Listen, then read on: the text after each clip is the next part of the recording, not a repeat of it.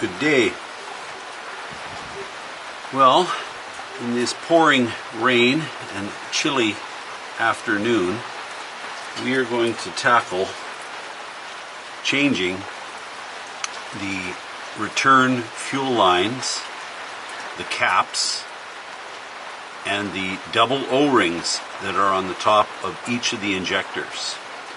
Now, I wasn't able to locally source just the O-rings, but I was able to purchase a complete kit that will allow me to replace all 8 sets of O-rings, all of the caps, and brand new hoses. So we're going to move forward on that today. But one of the first things I want to do is protect that dear intake from anything by accident falling inside. And an excellent little trick, and this is good for very easy on carburetors, is a hotel shower cap. So whenever you're traveling and you have those little amenities in your hotel room, just put them into your little overnight bag and bring them home, because it's amazing what you can find a use for them with. So, first things, these lines have to be disconnected. We don't have a lot of motion in them. You don't want to be twisting on them or torquing on them. So we are going to remove these separator clamps. They're just the same as you would use on ignition wires, in order just to give us that little bit of extra give to undo these and lift them out of place.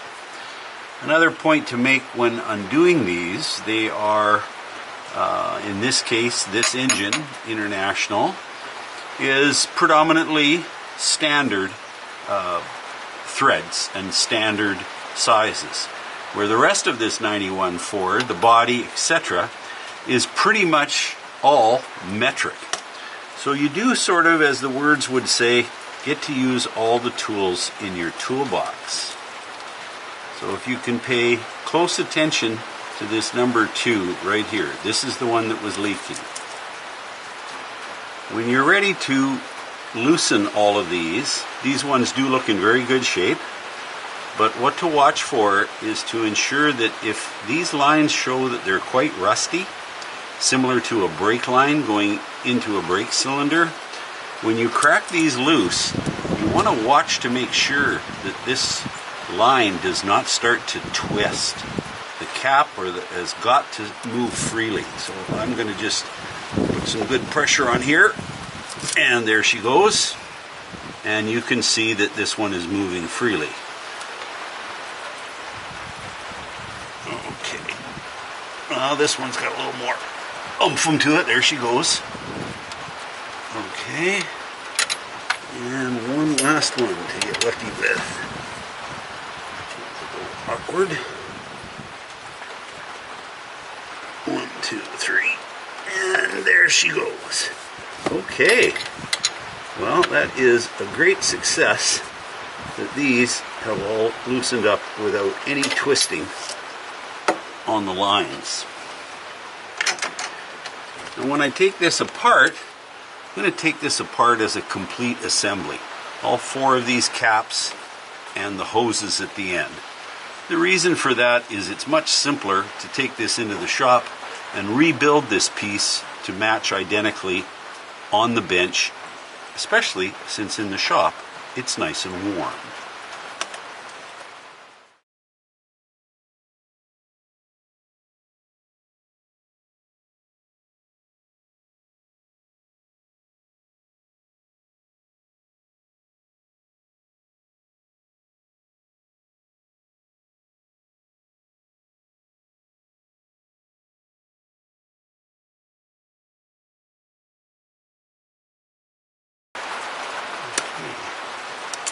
I'm glad I'm taking these off, because I certainly don't like discovering rust on top of those lines.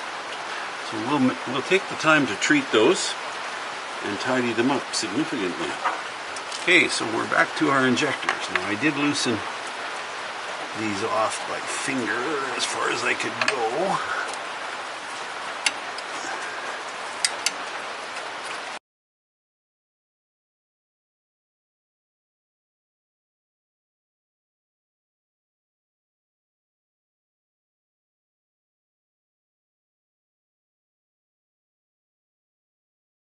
Well, since I am replacing, quote, everything, I am not really concerned with saving any of this hose. So this hose is just going to get cut in a place that's very convenient. And now we can look at popping these caps off. And sometimes they come easily, and sometimes they fight. And this is my leaker. Let me give it some. There she goes.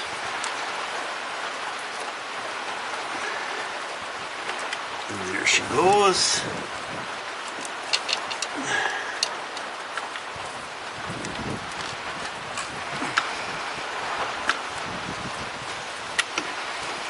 Come on, girl.